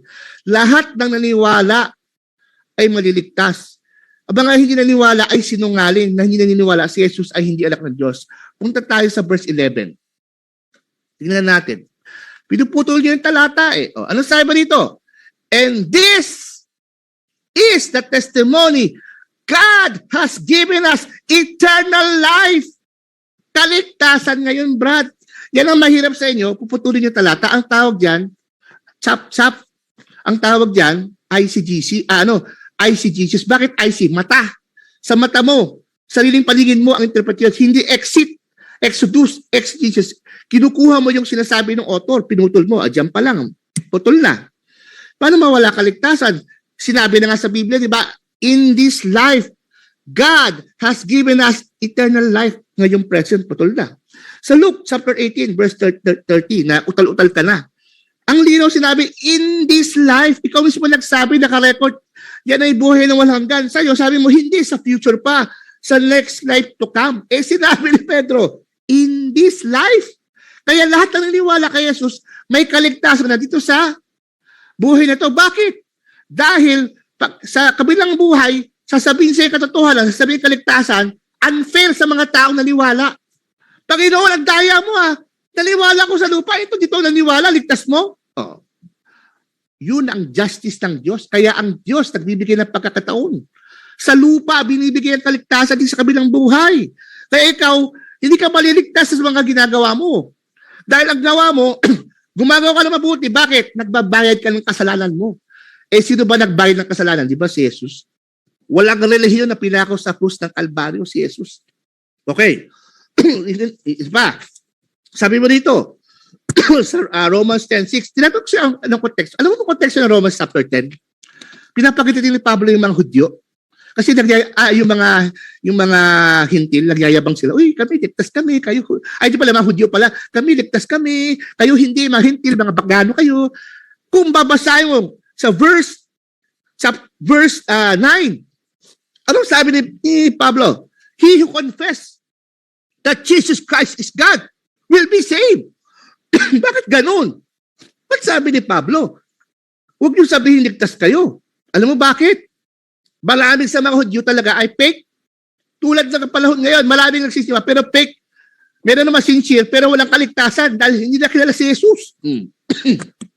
Pa. Putol na. Philippians 2:12. Anong sabi sa Philippians 2:12? Pinutol mo uli yung talata. Ang sabi ron, hindi lang work out your salvation. Ang sabi ron, it is God who works in you. Ang Diyos ang gumagawa, hindi ikaw ng kaligtasan mo, siya ang gumagawa. Through Christ Jesus. Kita mo na, mali interpretation mo. Ang kaligtasan, hindi nasa labas, nasa loob, Brad. Ano ka, bibigyan ng kaligtasan nasa labas? Paano kung maliligtas? Kaya nga pag tinanggap mo si Jesus bilang Diyos mo, tagapagligtas, papasok ang Espiritu ni Jesus sa puso sa buhay mo. Yun ang kaligtasan. Hindi ang tao papasok sa loob ng isang simbahan para maligtas. Kahit pumasok ka sa simbahan namin, hindi mo tinanggap ang lubos na kapatawan ng kaligtasan ni Jesus, hindi ka maliligtas. Ang kaligtasan, sabi ni Jesus, maliwala sa akin. Revelation chapter 3 verse 20. I stand at the door and knock on your heart. Whoever opens the door, I will come in. Kaya kung pasin mo sa New Testament or Old Testament, walang sinabi ang Diyos, ligtas ka na. Kailangan magsimba ka doon sa templo para hindi mawala kaligtasan mo. Wala. Ang mga disipulo, saan naligtas? Sa labas Hindi mo sa labas simbahan o sa templo. Hindi nyo naiintindihan. Kung ikaw naniniwala ka sa mga gawa mo, sakripisyo mo, maliligtas ka, lagot ka na. Dahil sabi sa Biblia, sa Romans 6:23, ang kabayaran ng kasalanan mo ay kamatayan. Kaya ka nagbabayad Para maligtas ka, hindi Ang babayaran mo, kasalanan mo. Kung babayaran mo kasalanan mo, paano ka maliligtas? Ito pa, Matthew 15, widely misinterpreted. Context. Anong sabi ni Jesus? No one is good. Why you tell me that I am good? Only my Father is good. May lumapat isang mayaman, sabi niya, Lord, how can I have eternal life? Sabi ni Jesus Christ, do you follow the commandments? Yes, I follow the commandments. Then come, follow me. Ito ang clue. Bakit kung magsunod ng lalaki na yun sa 10 commandments, ligtas na, ba't kailangan pa sabi ni Jesus, come and follow me? Pag sinabi ni Jesus sa Bible, nandoon ka, come and follow me, ibig sabihin, maliwala ka sa akin. Ba't umalis yung mayaman? Ibig sabihin, hindi sa ligtas. Good works. Kaya nga, babasa amin yung konteksto, sabi ron, yung works ay hindi makakaligtas. Sa context na yun, Matthew 15 na yun. Kaya out of context, yung nagturo sa'yo, hindi marunong sa Biblia. Sorry, Brad. Kahit ako dati, lumpo ako dyan, hindi ko alam. Kaya nag-aral ako ng seminary, Brad. Inimbestigahan ko yun for 7 years. Nag-aral ako ng homiletics. Ngayon ko na nalaman, ganun pala interpretation. Tanong ko sa iyo ngayon, kung maliligtas sa kabutihan mo, ba't pa namatay si Jesus para sa kasalanan mo? Sino nagbayad? Ikaw, si Jesus. Sige nga. Sabi ni Jesus, John 8:24. If you die with your sin, if you do not believe me, you will die in your sins. Walang Last kabayaran 3 minutes. Walang kabayaran ng ating kasalanan, Brad. Wala. Kung alam ng Diyos, kahit yung bayaran ng ating kasalanan, hindi dapat mamatay si Jesus sa krus ng Kalbaryo. Oh, isipin niyo yun. Ang mga tao na sabi, babayaran ng kasalanan ko, nagyayabang eh. Uy, babayaran ko. Pagpunta mo sa langit, ay, Panginoon ha, nagtayo ko ng simbahan, kaya ako niligtas mo. Alam ko, walang ganun, Brad. Kaya nga ang kaligtasan ay biyaya. Ang kaligtasan ay walang partisipasyon ng tao. Diyos nagbibigay. Wala kang binalik. Walang kontribusyon. Wala kang partisipasyon. Ibinigay lang sa'yo ang tanong, tatanggapin mo ba? Nung bumaba si Jesus sa lupa, may sinabi ba sa Biblia, bago ko ipadala ang aking anak, kailangan gumawa kayo ng mabuti, magsakripisyo, mag-fasting, pumunta ng church bago ko ipadala si Jesus? Wala eh. Sa Old Testament, si Eva at Adan, nung nilikha sila, pero bang sinabi ng Diyos sa kanila, para ma-maintain yung kaligtasan nyo, hindi mo wala kailangan, gumawa kayo mabuti, sakripisyo, magtalim kayo mabuti. Kundi, mawala kaligtasan. Ang kaligtasan hindi base sa magawa ng tao. Ang kaligtasan ay libre. Ang kaligtasan ay base sa ginawa ni Jesus sa krus ng Kalbaryo. Alam mo, kung alam lang Diyos na kaya natin bayaran ating kasalanan, hindi dapat siya mamatay sa krus ng Kalbaryo. Ikaw gagawa ng sariling kaligtasan mo, langit ka, hindi ka makakit eh. Babayaran mo, batas ng Diyos, sabi niya. Ang kabayaran ng kasalanan, kamatayan mo. Paano mabayaran? Hindi tatanggap ng Diyos ang kabutihan, sakripisyo. Pagpunta ng simba, pagbasa ng Biblia, pag-serve, hindi tatanggapin ng Diyos yan. Ang kabayaran si Jesus. Agad hindi mo tinanggap kabayaran ni Jesus, hindi ka mapunta ng langit. Lahat ng mga mo, Brad, ay putol-putol na, Brad. Hindi mo talaga naiintindihan. Yung sa isa, nahuli ka, ha? Huling-huli. In this age. Yung isa rin, huling-huli ka. Hindi mo binasa yung yung kasunod ng Philippians 2:13. Last 1 minute. 2:13. Hindi workout. Ay, di pala, workout nga, pero may kasunod. It is God who works in you. Kaya ang salvation, hindi sa labas, sa loob. Patay tayo, salvation nasa labas. Nasa loob ang kapatawan, ikaw pinapatawad. Sa'yo binibigay ang kaligtasan, nasa loob mo. John 5:24. Ano sabi ni Jesus Christ? He who believes my word, yet he dies, he shall live. He has passed from death to life. Kaya kami yung mga naniniwala kay Kristo, bilang Diyos kabaligtas, pag namatay kami, may paghuhukom, pero ang paghuhukom nun, rewards, hindi judgment na condemnation. Dahil sabi sa Romans 8:1, there is no condemnation. Alam mo, Brad, suggestion ko, maglabas ka ng talata na ang kaligtasan mawawala. Ako magsasabi sa iyo, Brad, 100% from Old and New Testament, wala kang mabasa, ni isa na naniniwala na walang kaligtasan. Mamaya, may atomic bomb question ako itatanong sa'yo. Doon mapapatunayan ang kaligtasan ay hindi mawawala. Okay, yun lang. Okay, so dyan natatapos ang rebuttal ng ating affirmative. At syempre, para di mawala yung ating init, proceed tayo agad sa ating pagtatanong. 7 minutes ito. Bro John Ray ng Catholic, your Yes, time bro. start now, bro. Okay, Pastor Wimpy, sabi mo agree ka na hindi ka dapat paniwalaan. Totoo ba 'yon o hindi? Siyempre, tao lang ako, kaya nga, ang lagi pinapangaral ko, huwag niyo paniwalaan ang Biblia. Dahil ang pinapangaral ko ang Biblia, ako nagkakamali. Pero hindi ibig sabihin, wala akong credibility. Pastor ako eh. Okay. Okay Next na ba? question. Okay, next question. Dahil agree, sabi mo hindi ka talaga paniwalaan, lahat ng sinabi mo wala nang dapat paniwalaan doon. Uulitin ko. Sinabi ko, huwag kong paniwalaan sa katotohanan. Ang Biblia ang paniniwalaan nyo. Dahil ang Biblia ang pinapangaral ko ay totoo. Suriin nyo. So hindi ko ibig sabihin, wala akong credibility. So nasaan doon ang patunay mo na ang kaligtasan nawawala? Wala. Hindi, sabi Next mo ba lahat question. ba ng dahil sinabi mo na hindi ka dapat talaga paniwalaan, huwag kang paniwalaan. Lahat ng sinabi mo ngayon, hindi na dapat paniwalaan 'yon. Alam mo, Brad, malayo ka na sa topic. Sasagutin ko yan. Uulitin ko. Kahit ako sasabihin ko, wag niyo paniwalaan dahil hindi ako perfect. Pero yung pinapangaral totoo. So sa Biblia kayo maniwala. So hindi ibig sabihin, hindi ako nagsasabi ng totoo. Kaya tanong ko ulit sa'yo, nasaan doon ang ano mo na patunay Objection na Next mo, question. moderator. Time stop, time Objection mo stop. na, hindi siya pwedeng magtanong, magsagot lang siya, tanong daw niya sa akin. Objection, moderator? Okay, nakuha ko. Counter objection nyo, mga Pastor. Counter. Hindi ako nagsasalita. Sinasagot ko yung tanong niya. So, yun. Okay. So ganito, I think yung tanong niya kanina, part yun ng sagot niya. So, bro, John Ray, tuloy ka Okay. sa tanong mo, bro. Okay, next question. Sabi mo, lahat ng maniniwala ay maliligtas, tama? Yes, 100%. Okay, ito bang paniniwala na ito bang pananampalataya? Siyempre, hindi lang ba, pag sinabi pa ng pananampalataya, very vague. Kailangan faith in Jesus. Faith sa tamang Jesus. Kung ang paniniwala mo ay maling Jesus, impyerno. Okay, yung nanampalataya sa Mateo 7:21, naligtas o hindi? Yung naniniwala, alam mo ba't hindi naniligtas yun? Dahil good works, wag mo putulin talata. Sabi sa Mateo 7:23, the will of my Father what? Anong will ng Father? Sa context, John 6:40 is to believe. Yun ang will ng Ama. Kaya at Jesus maniwala. Dahil sa Matthew chapter 7, akala nila sa mabubuting gawa, maliligtas sila, kaya nga sabi ni Jesus, Next hindi question. ko kayo kilala. Next question. Ang tanong ko, yun bang mga nanampalataya sa Mateo 7:21, naligtas ba yun o hindi? Hindi sila naligtas. Okay, salamat. Oh, hindi lang ha, hindi sila naligtas 20 dahil seconds, sir. Sige. dahil gumagawa akala nila sa mabubuting gawa nila maliligtas kaya. Kaya sabi ni Jesus, curse are you evildoers, dahil hindi sila naniniwala kay Jesus. At yung sabi sa baba sa 7:23, sabi ron, ang will ng Father is to believe, hindi sila naniniwala. Kaya lahat ng mga taong naniniwala sa tama Jesus ay Next question. Okay, sinabi mo ko kanina, hindi sila naligtas kasi gumawa sila ng good works. Tama ba yung narinig namin o hindi? Tama.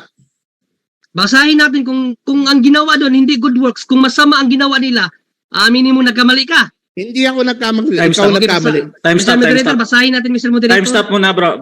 Ganito, bro. At pasensya na, hindi ko din na sa amin kasi talaga, bro, hindi namin ginagrat yung ganun na kung mabasa bla bla bla. Okay. Para Mr. hindi tayo Moderator. tumagal, bro.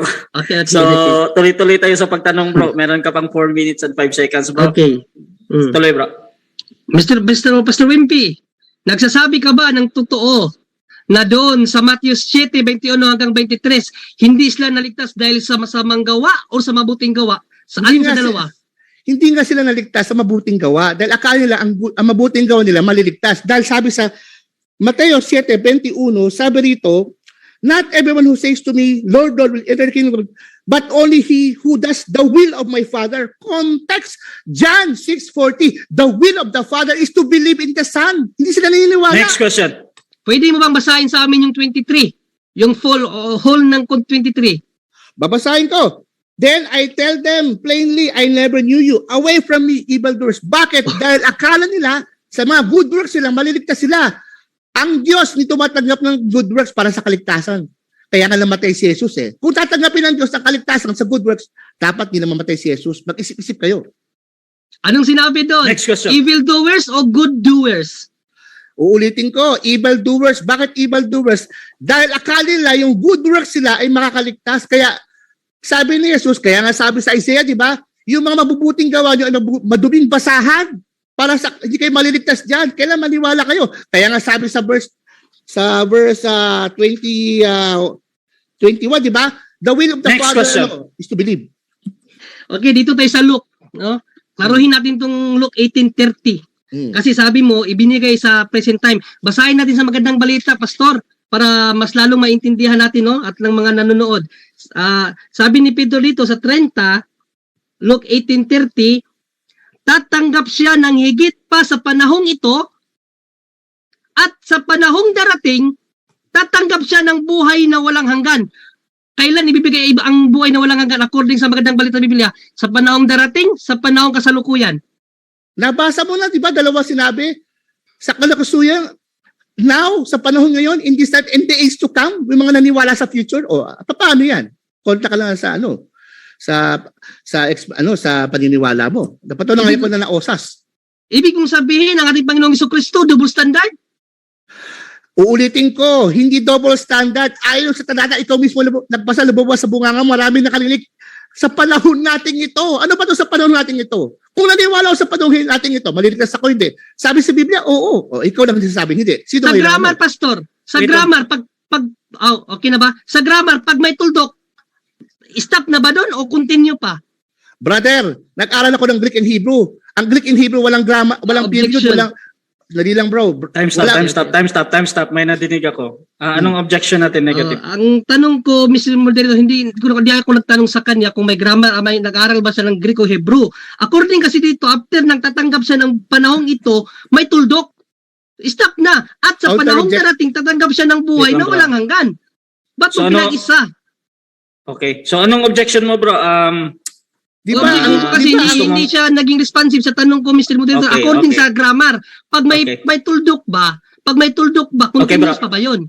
Okay na. So, Pastor Wimpy, counter objection, bro. Okay, ang counter ko, may sulong ba sa bunganga niya, yung period. Kaya nga, pinapaliwala ko sa kanya, nag-aral ako ng Greek and Hebrew. Ang Greek and Hebrew, walang tuldok, walang capital, walang small letter. Walang kinalaman dun. Ang kinalaman dun yung Okay, konteksto. Pastor Wimpy, Mm. yan na yung sagot mo, di ba? Oo. Okay. So, bro, John Ray, Okay. tanong ka, bro. So, ibig mong sabihin, mali ang mga scholar na nag-translate niyan, naglagay niyan, ikaw ang tama. Paano nga maging mali, Brad? Isa ko sa mga scholar. Pumasok ko sa Luke chapter 18, ikaw mismo nagsabi sa bunganga mo, sa panahon natin, o kung sa panahon natin, ibig sabihin, sa panahon natin, pwede ka maligtas. Okay. Klaro. Okay. So, Next question. according sa ating Last 1 Panginoong minute. according sa ating Panginoong Kristo, if you want eternal life, obey my commandments. Pag hindi ka mag-obey sa kanyang commandments, mamanampalataya ka lang, maliligtas ka, magkakaroon ka ba ng buhay ng walang hanggan o hindi? Yung sinasabi mo, hindi, mali ang paniniwala mo. Yung sinasabi mo sa John chapter 15, obey commandments, alam mo, hindi ibig sabihin ni Jesus, yung 10 commandments na obey mo, ang ibig sabihin ni Jesus, maniwala ka muna bago ka sumunod. Dahil ang context, if you love me, you obey me. Hindi sinabi, if you want to get saved, you love me. If you want to get saved, you obey me. Hindi. Next question. Ang Okay. question ko, Matthew 19:17, hindi sa John. In Matthew 19:17, sabi ng Panginoong Kristo nung tanong siya, why do you ask me about this? This is good. Jesus replied, if you want eternal life, kung gusto mo ng buhay na walang hanggan, obey my commandments. Ito ang tanong ko ngayon sa iyo. Kung manampalataya ka lang, hindi ka mag-obey sa Kanya, Time. magkakaroon ka ba ng buhay na walang hanggan? Time na. Okay, so dyan natatapos ang ating 7 minutes na pagtatanong. At dako tayo sa negative stand naman rebuttal ito ni Brother John Ray. 10 minutes, bro. Your Okay, time start salamat. now. Rebuttal. Okay, mga kapuntos, tapos na po ang debatehang ito, ang talakayan pala. No, friendly debate lang naman to. Kasi inamin na ni Pastor Wimpy na hindi siya dapat paniwalaan. Ano pa bang saysay ng pagsagot mo, Pastor Wimpy, at pagpapahayag dyan kung hindi ka dapat paniwalaan? Ano ba dapat paniwalaan ng Biblia? No? Mga kapuntos, klaruhin natin yung mga puntos niya. Noon natin yung wala daw maliligtas. Ang manampalataya mailigtas daw. Kaya naitanong natin yung Mateo 7:21 hanggang 23 kasi sabi doon, hindi lahat ng nanampalataya maliligtas. Tapos sinabi niya, dinagdagan niya, hindi daw naligtas yung mga manampalataya na yun dahil ang ginawa daw nila ay good works. Basahin nga natin kung good works ba ang ginawa doon sa 23, no? Good works daw, kaya daw hindi naligtas kasi gumawa ng good works. O basahin natin sa 7:23. Kung good works ba ang dahilan kaya sila hindi naligtas? Kaya pinabasa natin, ang nabasa doon, evildoers ito. Paboritong Biblia ni Pastor Wimpy. Sa 23, ano ang sabi dito sa 23? Then I will tell them plainly, I never knew you. Away from me, you evildoers. Hindi po good workers. Nako po, Pastor Wimpy, parang ikaw yata ang hindi nakaintindi sa binabasa mo. Yung evildoers, ginagawa mong good workers. So, at saka inamin niya na ang nananampalataya nga sila pero hindi sila naligtas. So, ibig sabihin, mali yung una mong pahayag na ang lahat ng mananampalataya maliligtas. Mali ang pahayag mo. Tama yung una mong sinabi na hindi ka dapat paniwalaan. No? At yung sa Romans 10:6 na nirefute niya, no? Ang aking ginamit na talata sa Romans 10:6 na sabi dito, but the righteousness that is faith, do not say in your heart, who will ascend into heaven. Tapos kinuntis niya, binasa niya ang 9. Yung 5. Sa 9 daw, sabi dito sa 9, that if you confess with your mouth, Jesus is Lord, and believe in your heart, God raised from the dead, you will be saved. But the problem, Pastor, ang sabi mo kanina, yung kaligtasan na ginawa ng ating Panginoong Jesucristo, past, future, and present. Ibig sabihin, sabi dito sa 9, that if you confess, ba't ka pa magko-confess? No? Nasa yung pananampalataya kung na-save ka na pala ni Kristo dun sa cross. So baliktad ngayon ang iyong pagkaunawa. Actually, ang konteksto talaga nitong John 10:6 nasa Isaiah 14:13-14. Bakit ayaw ng Panginoon na magsabi ka sa iyong puso na aakyat ka sa langit? Dahil pananalita yan ng demonyo. So if you do the same thing na magsabi ka sa iyong puso na aakyat ka sa langit, nilalako mo ang pananalita ng demonyo. Ito, Isaiah 14:13-14, ito po ang sabi ng Panginoong Diyos kay Satanas. You said in your heart, ang nagsalita dito ang Diyos kay Satanas, you said in your heart, I will ascend to heaven. Yan, pananalita po yan ng demonyo. I will raise my throne above the stars of God. I will set enthroned on the mount of assembly, on the utmost heights of the sacred mountain. I will ascend above the tops of the clouds. I will make myself like the Most High. Kapalaluan niya ng demonyo, Pastor Wimpy. Kaya nga sinabi dito ni Apostol Pablo, ang unawa talaga niyan, huwag kang magsabi sa iyong puso. Bakit? Kapalaluan niyan ng demonyo. Basahin natin uli. But the righteousness that is by faith, sabi ni San Pablo, do not say in your heart, who will ascend into heaven? Ang problema kasi, ikaw mismo, inamin mo. Sabi galing sa iyong puso, na ikaw ay aakyat sa langit. Kumukontra ka talaga sa salita ng Diyos. At tama lang yung sinabi mo na agree ka na hindi ka dapat paniwalaan. Sabi mo pa dito, ang kaligtasan ay di nawawala. Hindi nawawala ang kaligtasan. Basahin natin ang Hebrews 6:4-6 kung hindi ba mawawala. Kung ano ba ang meron sa mga taong to. Hebrews 6 sa salita ng Diyos Biblia. Hebrews 6:4-6. Ito po ang sabi. Hebrews 6:4-6. Ito po ang sabi. Upang hindi natin niya sa talikuran sapagkat ay mali yata yung talata 6:4-6. Dito sa na yun sa Hebrews, dito sa Hebrews 6:4-6 mga kapuntos, tingnan natin kung hindi ba nawawala ang kaligtasan, no? 6:4-6. Ito, sapagkat paano pang panunumbalikin upang magsisi ang mga tumalikod na sa kanilang pananampalataya. Dati na naliwanagan na sila, nakalasap ng makalangit na kaloob at naging kabilang na sa tumanggap ng Espiritu Santo. Yan, may Espiritu Santo na, Pastor Wimpy. Nakalasap na rin sila ng kabutihan ng salita ng Diyos at nakadama ng kapangyarihan ng Diyos na lubusang mahayag sa panahong darating. Kapag sila'y tumalikod, pagkatapos malasap ang lahat ng ito, hindi na sila maaring panumbalikin pa upang magsisi sapagkat muli nilang ipinako sa krus at inilantad at sa kahiyan ang anak ng Diyos. Diyan, hindi ba mawawala ang kaligtasan? Nawala. Itong mga tao to nakalasap na ng salita ng Diyos. O sa unang Korinto 3, kung hindi ba mawawala, ano sabi dito? Unang Korinto 1 Corinthians 3, no? Yan. 1 Corinthians 3:16 and 17. Hindi ba ninyo alam na kayo'y templo ng Diyos na naninirahan sa inyo ang kanyang espiritu? 16-17. Paparusahan ng Diyos ang sinumang magwasak ng templo niya sapagkat banal ang templo ng Diyos at kayo ang templo na yan. Paparusahan ng Diyos. Tapos sabihin mo, hindi mawawala ang kaligtasan. Ano bang parusa na yan? Basahin natin sa Hebrews 10. Hebrews 10, 26-27. Saan ba ang parusa? Sa mga nagkasalang muli. 26-27. Kung hindi ba mawawala kaligtasan? 26. Matapos nating malaman at tanggapin ang katotohanan at sadyain pa rin nating magkasala, yan nakatanggap na ng katotohanan, wala nang handog na maialhay pa para sa ikapagpatawad ng ating mga kasalanan. Ang naghihintay na lamang sa atin ay ang kakilakilabot na paghuhukom at ang naglalagablab na apoy na tutupok sa kaaway ng Diyos. Kita niyo? Kapag natanggap mo ng katotohanan at nagpakasala kang muli, sabi ni Apostol Pablo, wala ka nang ibang hihintayin, hindi na kaligtasan, kundi ang nagniningas na apoy na natutupok sa kaaway ng Diyos. Bakit mawala talaga ang kaligtasan? Paano mong sabing hindi mawala? Sabi dito niya, nalang naman nagsinungaling si Apostol Pablo dito. O, kapag nagkasala kang muli, hindi ka talaga masisave. Bakit? According sa Panginoong Jesucristo, 1 John 3:8, ang nagkasalang muli, nagiging sa kay Diablo. O 3:8 ng unang Juan. 1 John 3:8. Mas 3 minutes. Ang nagpapatuloy, ilang minuto, Mr. Moderator?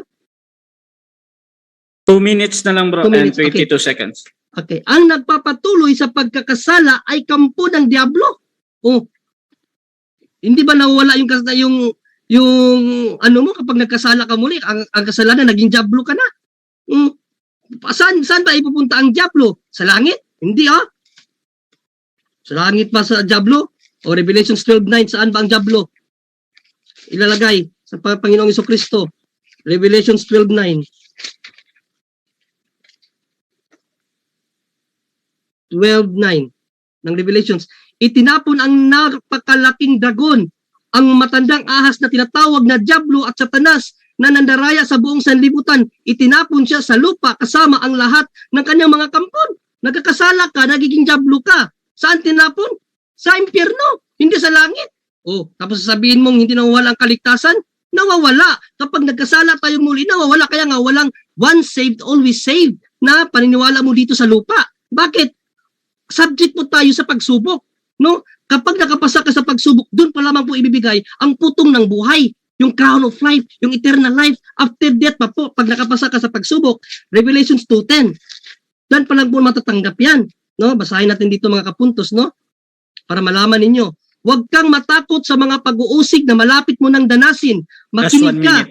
Ipabibilanggo ng Diablo ang ilan sa inyo bilang pagsubok. May pagsubok talaga sa ating buhay. Magdurusa kayo sa loob ng 10 araw, manatili ka hanggang wakas, hanggang kamatayan, at gagantimpalaan kita ng kuruna ng buhay. Doon pa lang yan ibibigay ng Diyos. Kaya nga sabi niya dun sa 18:32 ay 18:30 ng Luke, eternal life, ibibigay niya yung eternal life sa panahong darating. Kailan yung panahong darating ngayon? After sa yung pagsubok, sa yung pananampalataya hanggang wakas yun. Ibibigay niya ang putong ng buhay. Kaya nga sabi niya sa Matthew 10:22, kapuputan kayo ng sanlibutan, ngunit ang mananatili hanggang wakas ang siyang maliligtas. Kaya wala pa po ngayon ang kaligtasan. Naligtas na po tayo sa krus. Yes, sa kalagayan po. Hindi po sa ganap na kaligtasan. Dahil ang ganap na kaligtasan, according to St. John sa kanyang vision, sa langit pa po. Revelation 12:10. Ang ganap na kaligtasan na sa langit. According kay San Pablo.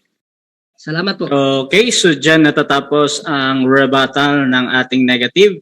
At dako tayo sa pagtatanong. 7 minutes ito, Pastor Wimpy. Paki-unmute bro. Pastor Wimpy. Nakamute ka bro Yun, wait lang. Nag-unmute Yun. na computer ka. So 7 minutes bro. Tanong bro. Okay, tanong. Di ba sabi mo kanina sa, alam ko yung verse din, Matthew 25:13, di ba? Kailangan mag-persevere ka bago, kailangan mag-persevere ka bago ka maligtas. Mr. Moderator, Time stop. hindi po Okay. Matthew 25:13 lang ang sinabi ko. Okay. Okay, so ganito. Rebuttal to. Tuloy lang yung pagtatanong bro. At bro Wimpy, tanong ka bro. Di ba rebuttal to kahit anything goes? Basta, di ba? Yes. Okay. So any any ganito. So kahit yung tanong ay Ang hindi counter-objection muna Mr. Moderator, counter-objection Yes, lang po. Yes, Hindi ko naman po sinabi na hindi ko siya pwede patanungin kahit ano. Oo. Ang sinabi niya kasi, sinabi ko daw na Matthew 25:13. Kaya sinabi Tama. ko, hindi Matthew 25:13. Counter-objection. Yes. Nagigets ko. So muna, gusto ko munang pakinggan si Wimpy, bro Wimpy. Hindi ko sinabing sabi niya. Sabi ko, Mm. ang sinasabi niya na talata, sa tingin ko, ay sure ako, Okay. baka doon sa 24:13. Kasi yun ang sinasabi niya na hindi na niya So, mapagitalata. Yes. So ganito, bro John Ray. Yes. Ipadaan ko yung tanong talaga, bro. Kahit Okay. Okay lang po. so doon ka na lang sa sagot, bro. Mag-counter object ka pagkatapos Yes. pagtanong. So, Yes, bro, Mr. Moderator. Pimpitan. Pasok Okay. mo yung tanong mo, bro. Okay, tanong ko sa iyo, di ba sabi mo kailangan maghirap ka sa para maghirap ka, mag-persevere para maligtas ka? Yun ang pagkaintindi ko, tama ba? Yes or no? Yun po ang sinabi ng Panginoong Jesucristo kay St. John at isinulat po ni St. John sa 2:10 ng Revelations. At kapag nalampasan po natin ang pagsubok, hindi mo itinakwil ang iyong pananampalataya sa pamamagitan ng pagsubok, doon pa lang po ibibigay ang putong ng buhay or crown of life. Sure ka yun ang sinabi ni Jesus na kailangan paghirapan mo yung kaligtasan mo para maligtas ka? Yes or no? Sobra pa sa sure po kasi binasa nga natin, hindi ko naman ni-recite lang, binasa ko ito 10. Basahin natin uli, oh. Sobra pa sa sure. Revelations 2:10, anong sinabi? Huwag kang matakot sa pag-uusig na malapit mo ng danasin. Makinig ka, ipabibilanggo ng diablo ang ilan sa inyo bilang pagsubok, magdurusa kayo sa loob ng 10 araw, manatili Next ka question. tapat hanggang kamatayan at bibigyan ka ng Okay, putong ng buhay. babasahin ko sa iyo ha. Itong sabi ni Jesus. Revelation chapter 12 verse 11. And they Mr. Moderator, over... objection. Time stop. Okay, Okay. anong objection natin, bro? Meron may Negative. twisting, no? Ang sinabi ko po, nabinasa ko 2:10, hindi 12:11. 2:10 ng Revelations. Objection, counter objection. Okay. So, counter objection mo na, Pastor Wimpy. Rebuttal to. Yes, Anything bro. goes. Hmm. So, Kaya, ganito. Mr. Moderator, interpolation lang. po ito, hindi pa rebuttal. Yes. Interpolation. Tama. Oh. So, ganito, bro, John Ray, ha? Yes, bro. So, kahit anong tanong niya dyan, bro, kahit sa palagay mo ay, parang fallacy siya. So, pwede mo siyang i-object mamaya. Pero ipadaan ko muna itong tanong na ito, bro. Ha? Okay. Sige. Pastor Wimpy, tuloy mo Okay. yung tanong mo, bro. Papaliwanag ko muna. Ikaw mismo nagsabi, kailangan maghirap ka sa paniniwala mo, tumindig ka bago ka maligtas. Okay. Itong sabi ni Jesus, Revelation chapter 12 verse 11. And they overcame by the blood of the Lamb. Anong ibig sabihin? Kay Kristo sila nag-overcome, hindi sa sarili mo. So ang tanong, sino nag-overcome para sa'yo? Si Jesus o sarili mo? Yes or no? Okay, sabi dito, sa 11, nagtagumpay ang mga ito laban sa diablo. Ang mga ito sa kanilang sarili. Ang sila tayo, kapag nilabanan natin ang diablo, tayo ang nagtatagumpay. By the grace, by the help of our Almighty God, no, yung kaniyang gift of persevere na ibibigay sa iyo, pag panghawakan mo yan. Next question. Uulitin ko tanong. Ikaw mismo nagsabi, kailangan manatili ka sa paniniwala mo, maghirap ka bago ka maligtas. Itong sabi ni Jesus, Revelation chapter 12 verse 11, they overcame by the blood of the Lamb. Tanong, sino ang nag-overcome, nag-persevere para sa'yo? Ikaw o si Jesus? Yes, dun sa kamatayan sa krus. Yun Objection. yung sinabi ko sa yung kaligtasan sa kalagayan. Time stop mo na, bro. Objection, Pastor Wimpy. Categorically, ikaw o si Jesus? Okay, Okay, so according may dito categorical dito, bro. Okay, bro. Ikaw o si Jesus. So, sasagot ka ba sa categorical, bro? Or ano tayo? Next question. Dalawa kasi ang sagot ko dyan, Mr. Moderator. Yung na-overcome Oy. natin, tayo yun. Pero yung nagtubo sa atin sa... Yes, bro. I-on ko yung time mo, bro. Bro, wait lang ha. 20 yes, seconds, yes. i-on ko yung time mo. Ito yung sagot mo. Sige, pasok, bro. Sagot, bro, Oh. John Ray. Okay, ang maging sagot ko kasi ang sulat kasi dito sa Tagalog, nagtagumpay ang mga ito laban sa diablo. Tayo yun, hindi ang Kristo yun. Sa pamamagitan ng dugo ng kordero, yun yung sa krus. No? Na tinubos tayo ng Panginoong Kristo, nagkaroon tayo ng kaligtasan. Na panghawakan natin ngayon, yung buhay na walang hanggan. Pero yung ganap na kaligtasan na Next matatamo question. na bibigay niya, yung tayo, ang labanan Next ng question. diablo. Tanong ko ulit, sino bang nibigay ng ganap na kaligtasan sa'yo? Ikaw o si Jesus? Ang Diyos nga, ang Diyos. Pero ang sabi niya, if you want eternal life, obey my commandments. Kaya may kondisyon. Uulitin ko tanong. Next question. Ulitin ko tanong ha. Pakinggan mabuti. Sinabi mo kanina, kailangan maghirap ka, magsakripisyo ka bago mailigtas. Ibig sabihin mo kasi, perseverance. Ang ibig sabihin ng perseverance sa Bible, sa context ng Bible ay overcome. And sabi rito, ni Jesus, they overcome Him by the blood of the Lamb. Sino nag-overcome sa'yo? Ikaw o si Jesus? Okay, magbibigay lang muna ako ng kunting siguro basahin mo muna sa Biblia na yung perseverance is overcome. Objection? Time stop. Oh. Ano Categorically. objection, Pastor Wimpy? Categorically, sinabi ko, ikaw o si SD sumasagot ng categorical. Okay, so another, bro? Categorical, bro. Ikaw Mr. o Moderator, si Jesus? Yes. Hindi ko Sige, bro. sasagutin kasi ang pagkasabi niya kasi, ang sa Bible daw, ang perseverance ay Okay. overcome. So, O, next ibigay niya question muna tayo yung- dyan, bro. Pastor Kaya hindi ko Wimpy. sasagutin, Mr. Okay, Moderator, next kasi mali question. yung premise niya. Papasok tayo sa talata mo ha. Okay. Sige, Pastor Wimpy. Okay. 3 minutes, Okay, bro. Tanong. Proceed. Mateo 7:22. Babasahin ko. Many will say to me on that day, Lord, Lord, did we prophesy in your name? And in your name drive out demons and perform many miracles. Good works to, bad works? Bad works. According sa 23, bad works. Alam nga naman maniwala ako sa iyo sa Panginoong Jesucristo na nagsabi sa 23 evil doers. Kaya hindi ka dapat paniwala kasi sabi mo, hindi ka dapat paniwalaan, sinabi mo na yan. Next question. Uulitin ko yung tanong. Tanong Ulitin ko ang sagot. Objection, moderator? Oo. Okay, time stop muna. Objection, Pastor Wimpy. Pagsasabi, wag nagdidistract. Okay, so ano muna tayo, Bro John Ray, ha? Pastor Yes, Wimpy, Mr. Moderator. tuloy Okay. ka muna.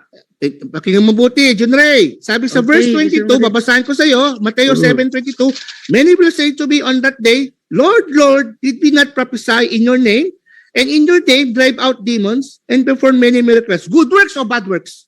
Bad works yan kasi yung mga miracle na yan, according to Matthew 24:24, may Panginoong Jesucristo din na nagsabi, gagawa ng kababalagan ng demonyo. Kaya evil works yan, hindi yan good works. Iba yan sa good works na pinapagawa ng Diyos. Matthew 24:24, ang demonyo gumagawa rin ng mga milagro. Sabi Next question. diyan, gumawa sila ng mga himala sa pangalan ni Jesus. So, good works or bad works? Ginamit nila ang pangalan ng Panginoong Jesucristo, kaya nga hindi nagustuhan, hindi sila pinapasok.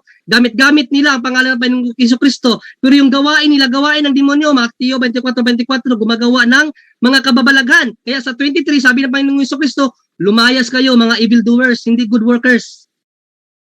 So, ibig sabihin, Next question. itong mga taong ito ay mga peke. Peke! Kaya nga hindi tinanggap sa langit. Sabi nga ng Panginoong Jesucristo sa 23, hindi ko kayo kilala. Umalis kayo mga evildoers. Kaya nga sabi nun. Okay. Next question. Next question. Anong ibig sabihin ng Matthew chapter 1, verse 21, not everyone who says to me, Lord, Lord, will Last enter 1 into minute. the kingdom of God, but only he who does the will of my Father in heaven. Ano yung will ng Diyos? Will ng Ama rito? Tinutukoy. Anong will to? Anong kalooban nito? Ang sagot nasa 1:40, sabi ng Panginoong Jesucristo, manampalataya, sabi ng 71, manampalataya sa kanyang anak para magkaroon ng ayun ang will ng Father. Nasa 6:40, manampalataya sa kanyang anak. Pero again, yung pananampalataya, hindi yan pananampalataya lamang. Dahil sa sabi ng Panginoong Jesucristo sa Matthew 10:17, if you want eternal life, obey my commandments. Next 1 John question. 5:3. Okay, next question. Sa Hebrews chapter 6 verse 4. Sabi mo, 'di ba, nakalasap sila ng kaligtasan. Yes. Nabasa mo ba yung sa sa Hebrews chapter 6 na sin that leads to death? Nabasa mo ba 'yon? Anong talata yan? Yan, chapter 16. 16. Oh, Anong tanong mo dyan? Hindi 16, chapter 6. Chapter 6. Anong tanong Nabasa mo? mo ba yung sin that leads to death? Nabasa mo ba 'yon? Sin leads to death. Yes naman. Sapagkat Time. Okay. Okay, so dyan natatapos ang second stage ng ating debate. At syempre, dako tayo sa ating final conclusion. Mauna dito ang ating negative, Brother John Ray Yes. ng Catholic Bro. Bilang negative bro, 5 minutes para sa yung final conclusion. Your time start now. Okay, salamat. No? So mga kapuntos, again, basahin natin muli, no? Ang sinabi ni Apostol Juan, if we receive the testimony of man, the testimony of God is greater, for it is God who gave testimony. At agree naman si Apostol Wimpy na hindi siya dapat paniwalaan. So wala na pong saysay, ano pa man ang kanyang sabihin ngayon. Dahil alam niyo mga kapuntos, from cover to cover, there's no such thing, once saved, always saved. No? Basahin natin no, ang talata, sabi na po ng Panginoong Jesucristo, Matthew 28:18-20, ano ang kanyang naging tugon sa mga Apostol Pedro, ano ang kanyang, ang Panginoong Hesus pala, ang kanyang sabi sa mga apostol, no? Sa Matthew 28 at 19-20, ito po ang sabi ng Panginoong Jesucristo. Kaya't humayo kayo, gawin ninyong alagad ko ang mga tao sa lahat ng mga bansa. Bautismuhan niyo sila sa pangalan ng Ama at ng Anak at ng Espiritu Santo. Turuan ninyo silang sumunod sa lahat ng inuutos ko sa inyo. Tandaan ninyo, ako'y laging kasama niyo hanggang sa katapusan ng panahon. Ang sabi ng Panginoong Jesucristo, turuan ang lahat ng tao sa lahat ng iniutos niya. Lahat po ng utos ng Panginoon, dala-dala ng mga apostol. Then how come from the Acts of the Apostle down to the Revelation, walang nangaral ni isa na once saved, always saved. Sa hindi po nakakaalam, ang once saved, always saved doctrine, lumabas lamang po yan 16th century sa katauhan po ni John Calvin, no? Doon lamang po nag-umpisa yan at napasa po yan sa sumunod sa kanya hanggang ngayon. Pero before po 16th century, wala pong church fathers, kahit mag-research kayo sa history, walang church fathers ni isa nangaral ng once saved, always saved. Wala po. Kay John Calvin lamang po yan nag-umpisa. Ano ang sabi ni Apostol Juan sa 2:1-9 sa mga dagdag na aral? Yan ba isa Diyos? Hindi po. No? Malinaw. Even the church fathers never teach that kind of doctrine. So, ikalawang Juan 1:9, ano ang sabi dito?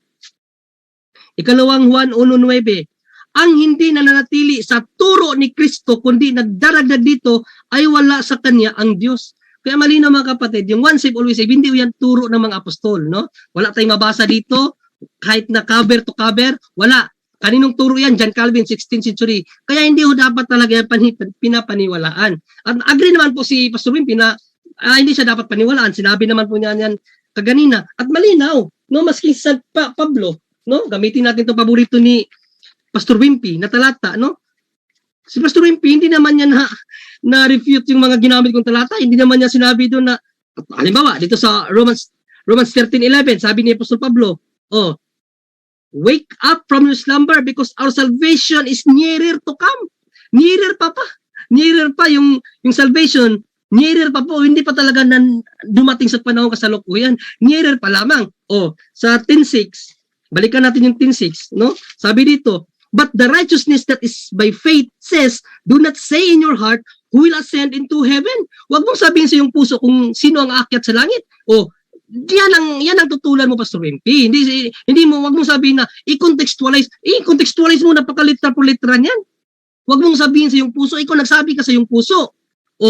Paano mo marirepute yan? Sinabi ng Panginoong Jesucristo dito sa Luke 18 na ang buhay na walang hanggan ibibigay niya sa panahong darating, hindi sa panahong kasalukuyan. Tapos ginulo mo yung talata. No, dami mo nang sinabi, nag-aaral ka ng Hebrew, nag-aaral ka ng Greek. Hindi naman yun ang punto. Ang punto, kailan ibibigay ng Panginoong Jesucristo ang buhay na walang hanggan sa panahong darating. Ang sinasabi mo na age, according dito sa New Living Translation sa 1830, para maintindihan mo lalo, yung sinabi dito na will be repaid many times over in this life. Yung sinasabi mong present time na Last 1 minute. Hindi yung buhay na walang hanggan, kundi yung ibabalik ng Diyos sa pag ginawa mong pagsunod sa Kanya. Bibigyan ka yung pag-iwan mo sa iyong pamilya, yan ang konteksto. Pero yung buhay na walang hanggan, in the world to come, yan ang hindi mo ma-refute. Matthew 19:17, napakalinaw dito. Ano bang sinabi ng Panginoong Jesucristo? Maniwala ka na tapos magkakaroon ka na ng buhay? Hindi. Kasi sa 19:17, if you want eternal life, obey my commandments. Tapos dito po sa Greek Greek Interlinear lang dictionary, sa Bible pala, John 3:36, if you have faith Christ, you will have eternal life. But if you disobey, you will have no life. Kaya yung sinasabing eternal life na binabasa mo, conditional po yun. Makakamtan mo lang yun pag maano mo yung kanyang condition na sumunod sa kanyang mga utos. Kaya doon sa Revelation 2:10, yung putong ng buhay, ibibigay ng Diyos yun after sa yung pagsubok. Salamat, Mr. Moderator. Okay, so dyan natatapos ang final conclusion ng negative, Bro John Ree ng Catholic. At syempre, yung ating affirmative final conclusion mo, Pastor Wimpy. Paki-on yung ating mic, bro. Nakamute ka, bro, ha?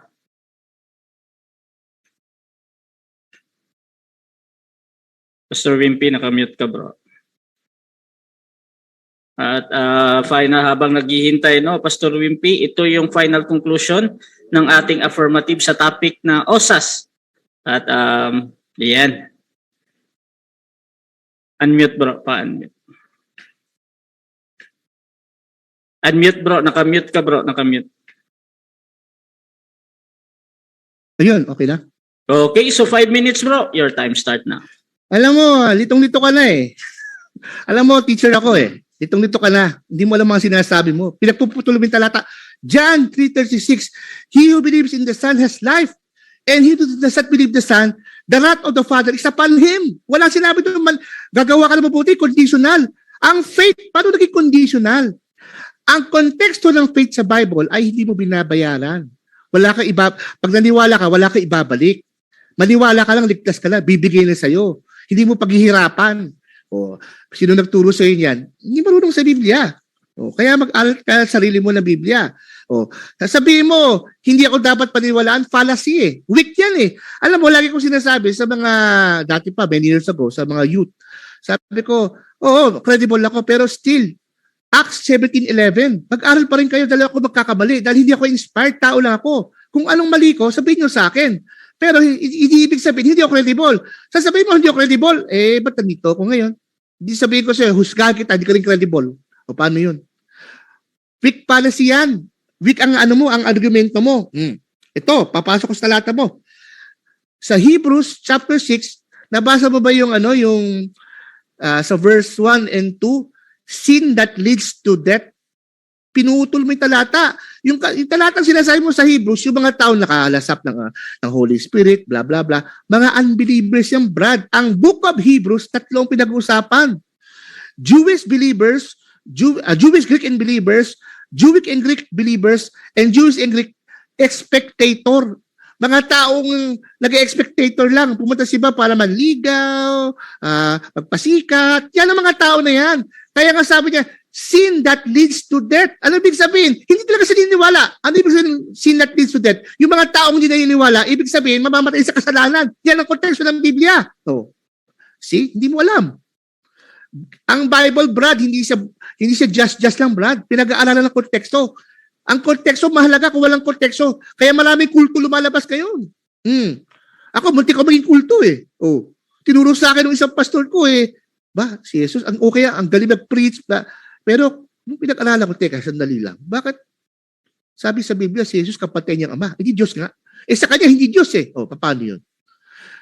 Acts chapter 17 verse 11, sabi ni Pablo, patunayan yung bulaang propeta ko, pag-alalan niyo yung scriptures, patunayan niyo na mali ako. Oh, paano maging hindi ako credible? Si Pedro nang nagsasabi.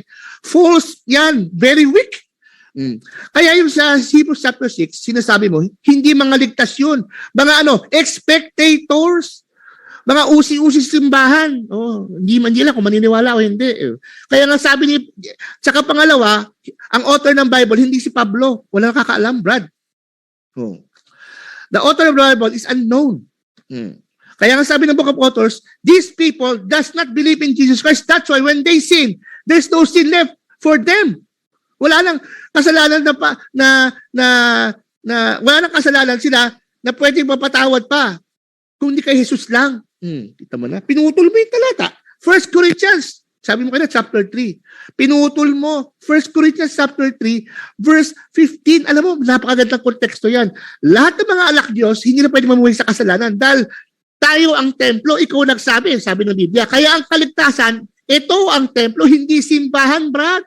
We are the temple, Brad. Hindi yung simbahan na pinapasukan. Kaya kahit pumasok ka sa simbahan, kahit sa amin, hindi ka maliligtas. Dahil ang templo ito, si Jesus pumapasok sa templo. Si Jesus pumasok sa puso ko, sa buhay ko, ako ang templo ni Jesus. Kaya nasa loob sila, nakatira sa akin. Yun ang kaligtasan, Brad. Verse 15, anong sabi doon? Yung mga anak ng Diyos, nagwala, nag-backslide. Last 1 minute. Mawawala ang blessing nila, pero ang kaligtasan hindi. 1 Corinthians chapter 3, verse 15. They will be saved. In Greek, sozo. Literal yan. Pinutol mo, hindi mo alam. Hindi mo alam talaga sinasabi mo, Brad. Oh. Tapos, ito pa. Sasabihin mo rito. Saan ba yun? Okay. Ito na ba o hindi pa? Okay. Ilan na lang. Ito pa. Yung sa Matthew, 15 ba yun? 16. Yung mayaman na yun, nung sinabi niya kay Jesus, sinusunod ko lahat ng 10 utos. Pero ang sabi ni Jesus, come and follow me. Kung ligtas siya sa pagsunod sa 10 utos, hindi na kailangan sabihin ni Jesus, maniwala ka sa akin. Ang konteksto ng come, follow me sa Bible, it means believe in Jesus Christ. Hindi ka pwede mag-follow pag hindi ka muna naniniwala. Pag follower ka, religious ka lang. Kailangan you must believe before you follow. Kung ligtas na yung tao na mayaman na yun, bakit? Okay. Card back, sauce in hand.